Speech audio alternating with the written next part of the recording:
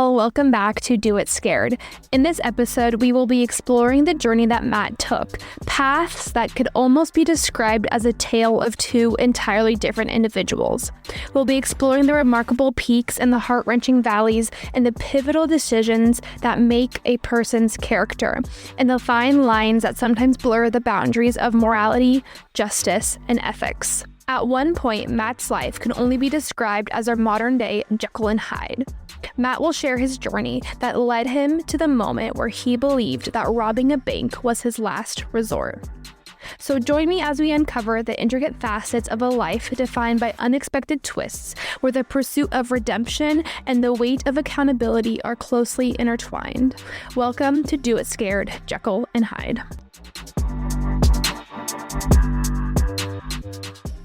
Okay, Matt, so this episode is entitled Jekyll and Hyde. Would you tell our lovely listeners why we titled this episode Jekyll and Hyde? Well, personally, I don't like it because it makes me sound like a psychopath. But... You said that about the last episode, too.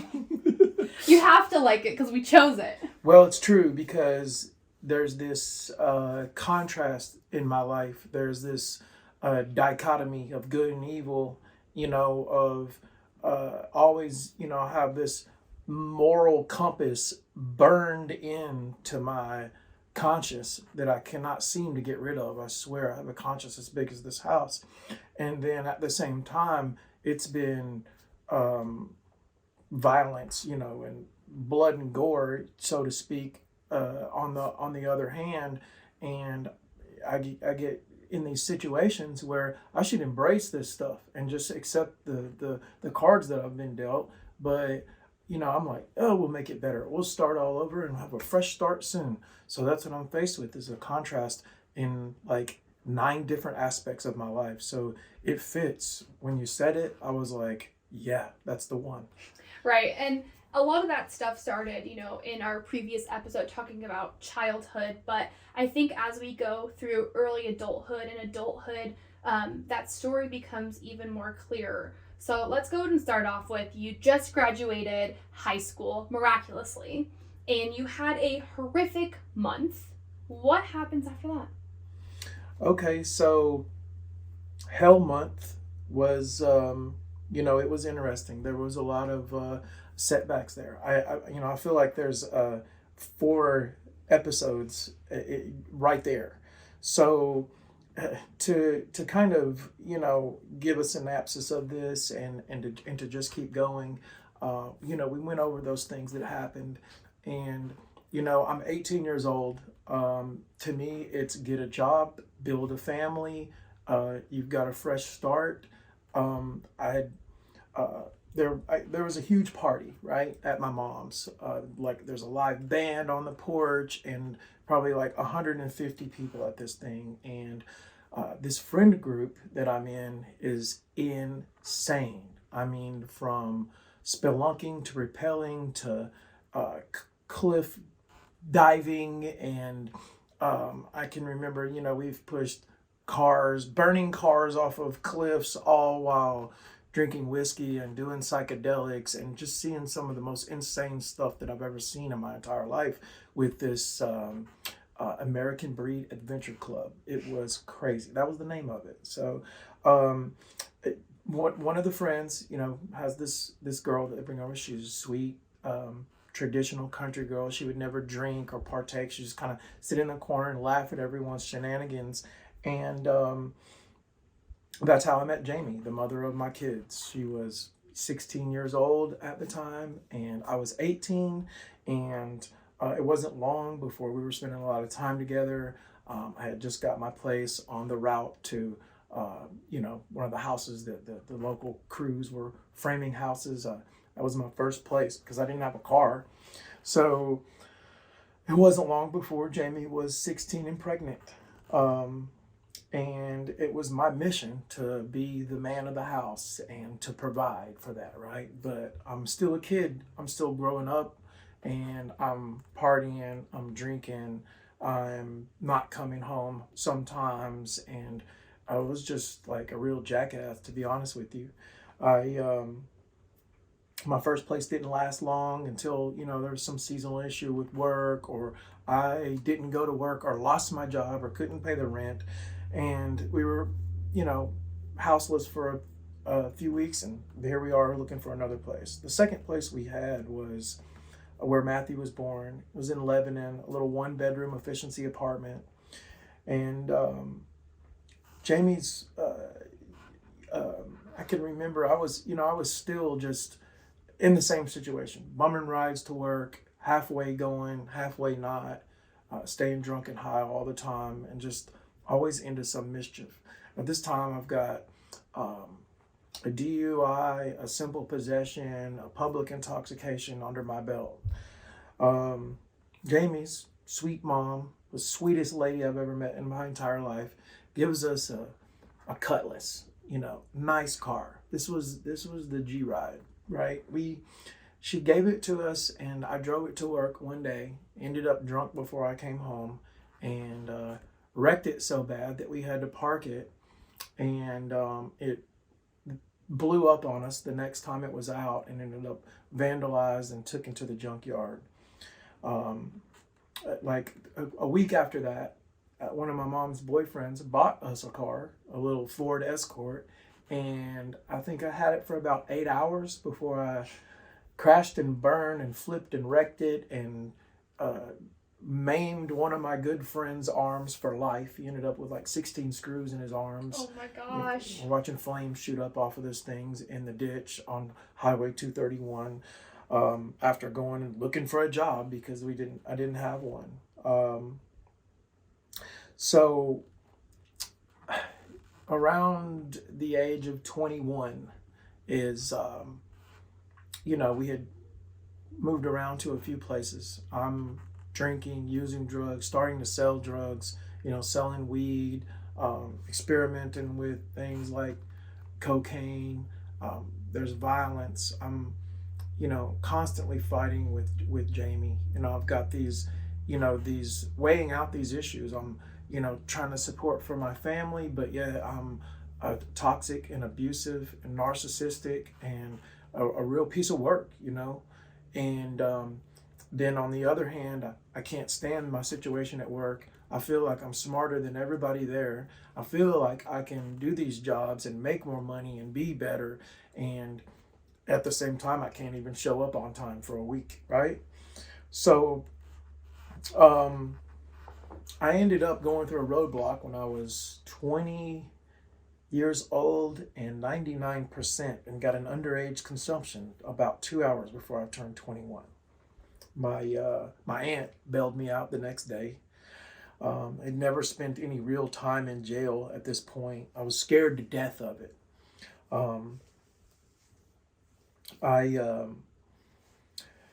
About a year later, Jamie and I got a new place in Mount Juliet. I was holding down a steady job. We got a new car. A few weeks later, I took it out drinking and wrecked it and got another DUI on the way home. This time, Jamie's aunt bailed me out. I spent 7 days in jail, and I think I slept 90% of it. 21, I can remember Matthew being a baby, and I'm buying quarter pounds of weed, breaking them down and selling them, partying all weekend, doing psychedelics, doing hard drugs, and just running wild and crazy on the weekends with this friend group, and then coming back and begging for forgiveness on Monday or Tuesday. 22 years old, I started my own business. I started building portable storage buildings. Jamie put her name up on a new truck for me. I had a truck that was just a couple of years old, the first new vehicle I ever had. And I got my first contract check for working for myself. I was so excited. It was like $880.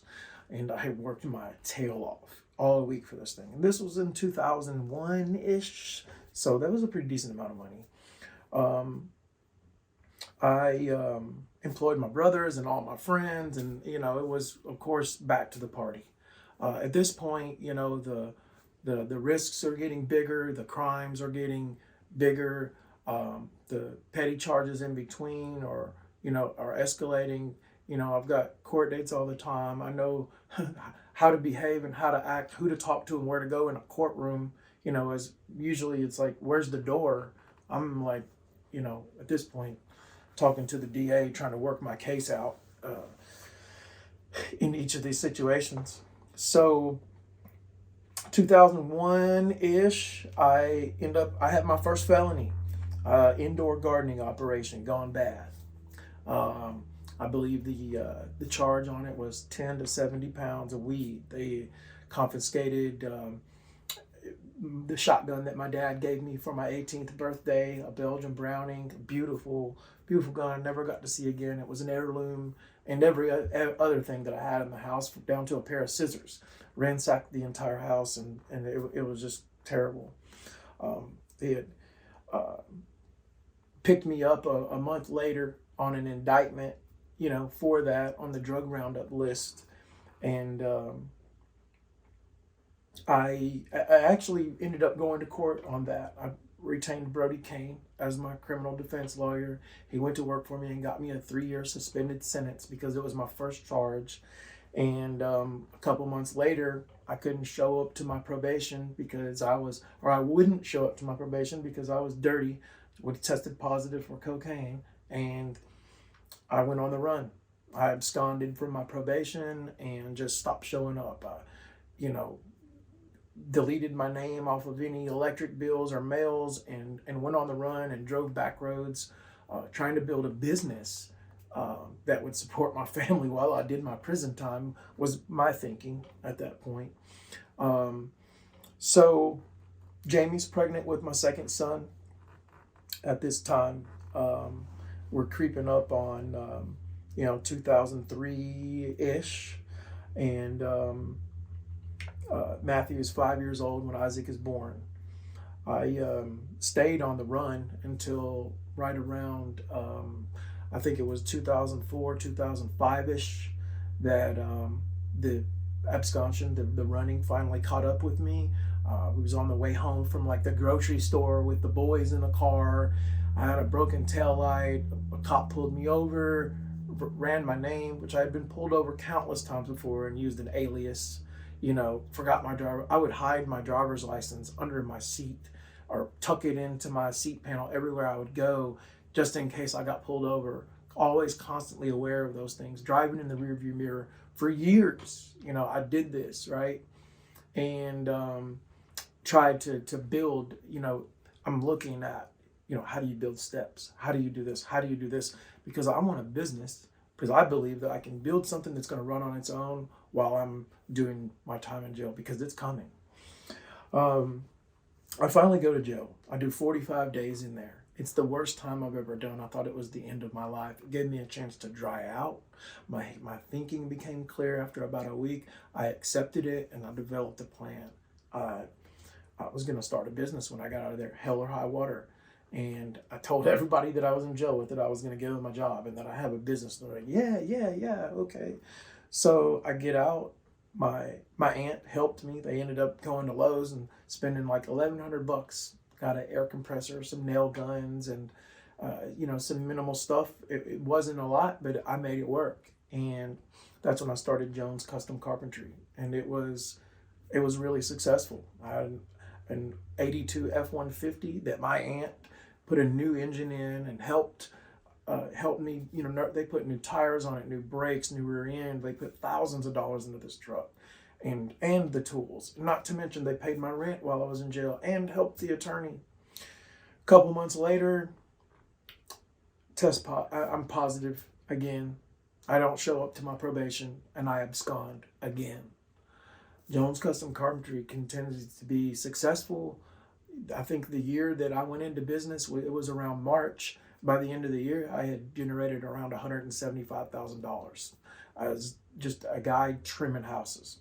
I wasn't doing everything. I was just doing custom trim work in luxury homes. I ended up getting contracts on my own and building relationships, and worked for some really reputable companies, won awards with Parade of Homes. And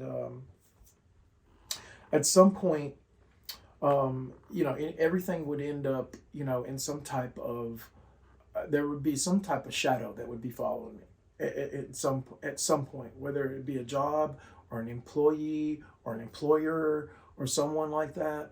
And I would find out by some weird circumstance that they would be friends with my mom. How I have no idea how this would happen, but it would happen at places where I wouldn't be talking, to anyone in my family for years. But here it is, a place that I've been working for 3 months, and the foreman's friends with my mom on MySpace or Facebook or something like that. Um, I fought for my kids to have a stable life, repetitively and repeatedly, all while hanging on to drug addictions and fighting from growing up or being a kid or being a stand-up dad. It, I was a piece of work, in my opinion. I In 2006, I left Jamie to be with my high school sweetheart. I had grown up with a girl who lived down the road for a long time, and we had always been kind of sweet on each other in high school or junior high. We never dated. We ended up dating for a little while, and I ended up we left. Jamie, got an apartment in town at like an assisted living place. She wasn't interested in staying together, nor was I, and we ended up like throwing away our furniture, and the boys lived with Jamie for a minute, and I went to go run to this other woman, and I ended up going there, and there was another guy there, so I left, and just a couple days later I ended up having a really bad overdose on cocaine, and that was a really big downfall, a bad turning point for me right there. So I collected myself, built another home, put it all together, put furniture in it, got a stable job at a really reputable company doing high-end finish work in multi-million-dollar award-winning homes, and continued to hone on my craft as a carpenter, working for these companies. And I would pick things up on these companies too, like, whether on and off from my uncle, who had this work ethic that, disappointing him, not showing up, telling him, every excuse and every story in the book and expecting them to believe it. I can't believe that I really thought that they believed my garbage. In 2007, I had basically ended up with nothing. I had, no way out. I was on the run still. I had these addictions. I wanted my kids back. I needed money. It was about money for me. Build it and they will come. So I ended up in my drug tear taking the truck that my aunt and them worked so hard to build and put together for me, and I traded it to a guy for $250 worth of dope. Gave it away to him. It broke my relationship with them. It hurt. It destroyed me. And I can remember being in this house alone that I put together for us to come and stay, and it was depressing. It was like death, right? So I leave. I'm like, I'm putting this thing together. I'm moving with a friend in Nashville. I call an old friend of mine, he's in Mississippi, and talk him into coming up here and being my partner from installing cable TV, and said, look, the company that I'm working for is in a bidding war with a company up the street. They were building a high-rise in West Nashville called the Adelicia. Coincidentally, Taylor Swift has a penthouse there. So yeah, she does. Us Swifties definitely know that. Yeah, I think she's got the whole top floor to this thing. But like when we were out there, we ended up getting the contract. We did a deck surgery in Brentwood for one day and made enough money to get workers' comp, general liability, go to a hotel lobby where we got a room for a month at the Brentwood Suites. It was Studio Suites or something like that. It was super nice, and that's where we lived. It was like all or nothing. We got the contract. We put cases of ramen noodles and water and lived in this building, installing doors and trim for a month because they're 30 days out on pay on those jobs, right? We finally catch a check. Well, during this time, they would actually shut the job down. They would take 1,100 people off of this job and move them across the street while her security detail will let her come up and look and be like, oh, drywall's up. Okay, let's go. So we finished. We ended up getting a $35,000 check. I decided, you know what? It's been, we've put in the work. Let's party. So I call a friend. I get a ride to go party at this girl's house. And there's a county waiting for me when I get there. They turned me in for $50. Holla. Yep. So it was over. The tools, like everything that we generated, the dream, everything gone. And this point, my sentence is in effect. They put my sentence in effect. That means no probation, no parole. You're doing your time. You're going to jail. Goodbye.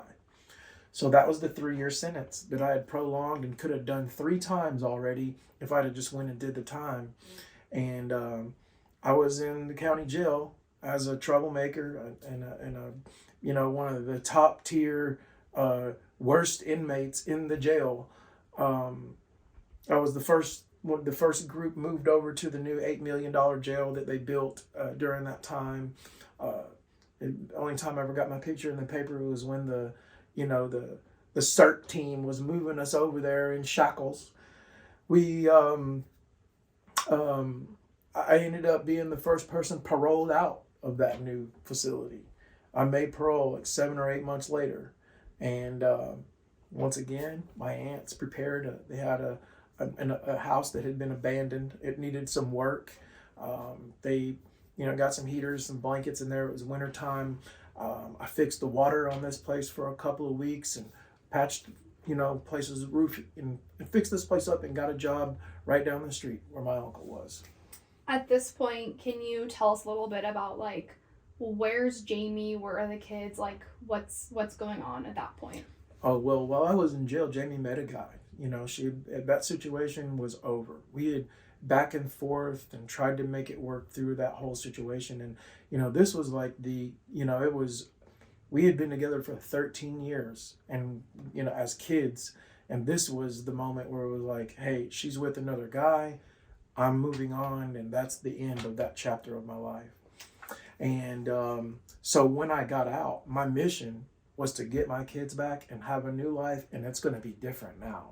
Right. So. And she went from being like this Christian girl, right? This standing out girl to now doing meth. Meth, pills. The main thing was like a healthy painkiller addiction, which I had picked up around 2005 myself. I ended up with a phantom pain thing going on, and now I'm taking hydrocodone and Lortabs, which is the first thing I looked for when I got out of jail, was my old prescription, and took it and ended up violating my parole because the prescription was outdated and it wouldn't work, and I was scared to death that if I went in there and showed it to them that they would violate me, so I didn't show up. Right, and I know that you also feel like you are responsible for bringing her down that path in life. I mean, I almost know that I am. She was perfect in every way. She had everything going for her, right? And I sent her down that path. I could have led our family in a different direction. So, it is what it is now. People do make their own choices, but at this point, the boys are with her and the new boyfriend. I am frantically trying to get my life together with a new violation. I had did a small project for someone in Mount Juliet there, and he talked me into coming and selling commercial vehicles for him. He liked me. I saw something in me that maybe other people see as well, and challenged me to go get some nice clothes, buy a tie, and come and sell trucks for him. So I did. And this is where I met my second wife, quotation marks. It's because I never married Jamie, but I ended up marrying my second wife, And we put this thing together, had a good family, a good, a situation going on. Of course, I've got this violation hanging over my neck. The kids end up basically being dropped on our doorstep. We provided a good situation for them. And it was mostly, my ex-wife. She had the means and the resources to be able to, provide vehicles, dropping them off, picking them up, fixing dinners, fixing lunches, the whole gamut of taking care of children. And it wasn't just them, it was hers too.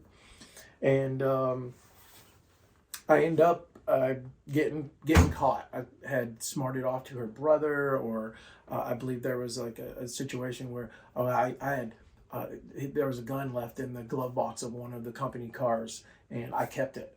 And I was like, no, it's mine now. I'm keeping it. So he ended up sending them a Google Images picture of our property, and there they were knocking on the door. And I went to jail for a year on that same charge, and ended up doing 13 months.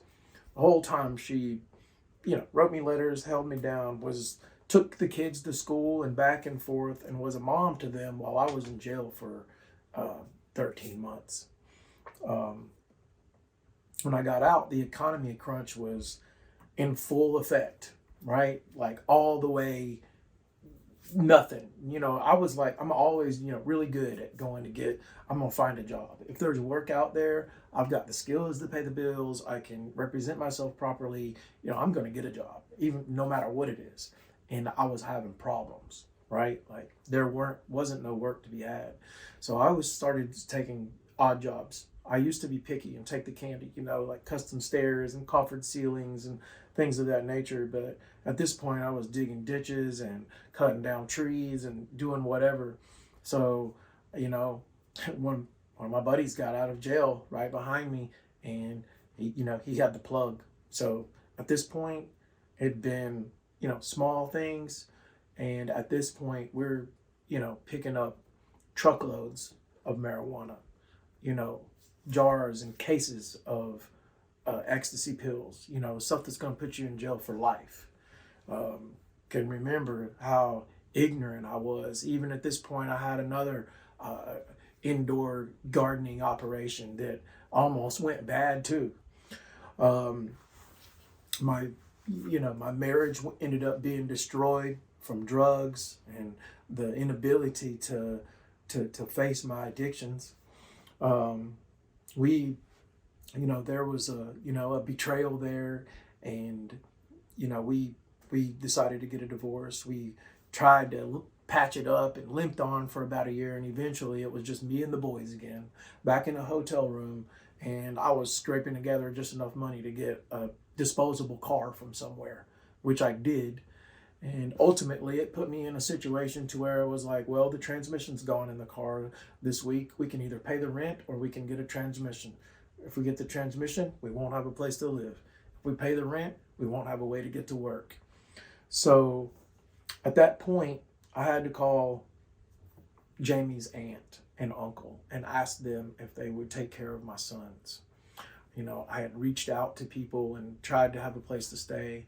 I tried to stay with my mom multiple times. It would be, I can remember us even packing our stuff and going over there and all getting there. And then it was like, turning into this, it's turned into a bad situation. And we literally had to pack up all of our stuff and end up sleeping in the truck until I was just like, look, guys, I'm going to have to tough this out. It was terrible. It was heartbreaking. So a lot of my petty crimes ended up catching on to me, and I did another year in jail. Like 2013, gone. I believe while I was married, I did 2009, the entire year in jail. 2013, year in jail. At this point, the boys are staying. They're basically settled in. Matthew's staying with a friend. Isaac is staying with Jamie's mom. They have a stable life. It isn't the life that I wanted for them, or maybe not even that they wanted, but they're stable. So I had given up. Jamie isn't trying. She's on like all the way out there. Pills, meth, whatever, you name it. No drive, no ambition. At this point, my drive and my ambition was like, well, fuck it. I'm going to go get on pain management. So I actually devised a plan while I was in jail. I mean, a long, thought out, written down, multi-page plan to go get on pain meds and sell them and be a loser, which is what I did. So I got out and executed my plan. I'm actually back working with my uncle again. And I've got a better attitude at this point. I'm kind of stable, I'm high every day, going to work right up the road. I met a new girl. She was an alcoholic, full blown when I met her. I don't know why, but I felt like I was the guy who was going to change her life. And so I decided, she's my girlfriend now. So we moved into this little place and fixed it up over in Gladeville. And that's where we lived for a year, or maybe even 2 years. After that point, even Matthew came to live with us. I fixed him up a room in there. He's a senior in high school at this time. We're getting along good. I'd even let him drive the truck to school every once in a while. He got his driver's license. Isaac had began visiting and wanted to move in when he got out of school. It was actually going kind of good. And Christmas 2015-ish, the girl that I had moved in with got pregnant. And I was like, wow, okay, well, hold up. I'm 35 years old. I think that's how old I was, about 35, yeah. I was like, I don't really want any kids, but mine are graduating high school, and I have a whole new take on this whole kid life family situation that I've tried to make work through this historical synopsis. My relentless approach to having a family, to having the growing pains Mike Seaver family that I want to have, and in spite of what I've had, to my failure, my eyes brighten up again, and I'm like, wow, I'm gonna have. I go to the ultrasounds. I'm talking to this baby, in her belly, like, hey, it's her dad, and it's a little girl, we're talking about names and stuff like that, and so I still have these residual issues. I had committed thefts and petty crimes and had probation sentences that were terminating early. I ended up with 12 driving on suspendeds during this time because Tennessee passed a law where they suspend your driver's license without a notification if you don't pay on your court fines. And I had court fines in like 5 different counties. I am paying. I went to court 31 times. Wow. 2014, I was in court 31 times. Wow. And I'm pretty sure that's a world record? No, that's a conservative estimate, actually. Oh. It was more times than that because I had other court dates. I finally got one in Williamson County in Brentwood. And there, any other place, you have your driver's license, you show up with your driver's license and and your insurance, and they throw the case out. There, I show up with my driver's license and my insurance, and they're like, no, you're coming back in 1 month with an attorney, and you are going to do some jail time, no matter what. So I'm like, wow, I go to talk to an attorney, and they want $3,500 to represent me on a case that I just represented myself on 14 other times, right? Or at least 11 other times I've represented myself on this case in Davidson County and Wilson County.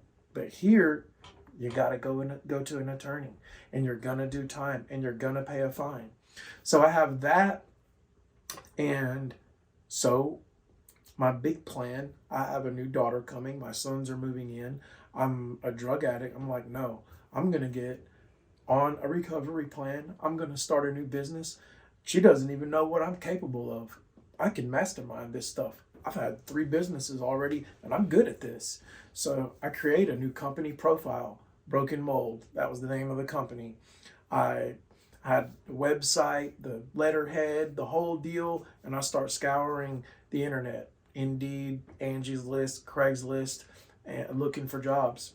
I took a couple of jobs too, did a couple of small decks, a couple of small remodels, and I finally land a good project that's enough for me to be able to get on my feet, get ahead, and keep on trucking and get us out of the gutter. So we got the project. I went and met with them, got the deposits on it. And so I went, got the workers' comp, got the certifications, got the insurances, got some new tires for the truck, some equipment. And lo and behold, the day of the start of this project, they renege on me. They stop answering their phone. I'm literally standing in Lowe's trying to do a phone sale with them, and they are backing out of the project and want their money back, which I only have like half of it at this time. So I begged and pleaded with their attorneys. I'm getting these threatening messages from their attorneys talking about a myriad of consequences that are about to, be on my head. I have Williamson County, that court date's culminating on a Monday. I have my probation that's terminating early. There's another several $1,000s that I need to come up with, or they're going to have a warrant for me, and I'm going to have to do 3 years in prison for that. And that was due on the Monday after Easter. So the week before Easter, I have my sons and the girlfriend sit down, who her belly's poking out at this point, and I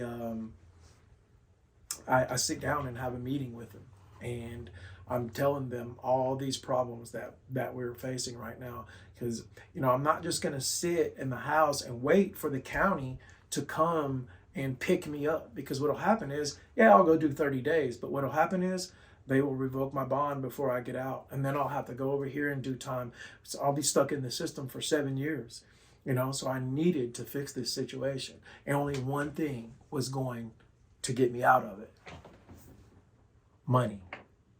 Thanks again for listening. Make sure you follow us on Instagram and on YouTube. And if you have any questions, please comment them on Instagram and YouTube, or you can submit them on our website. In the future, we will be doing a Q&A, and we'd be happy to answer any questions that you may have. Again, thanks so much for your support. It means the world to us.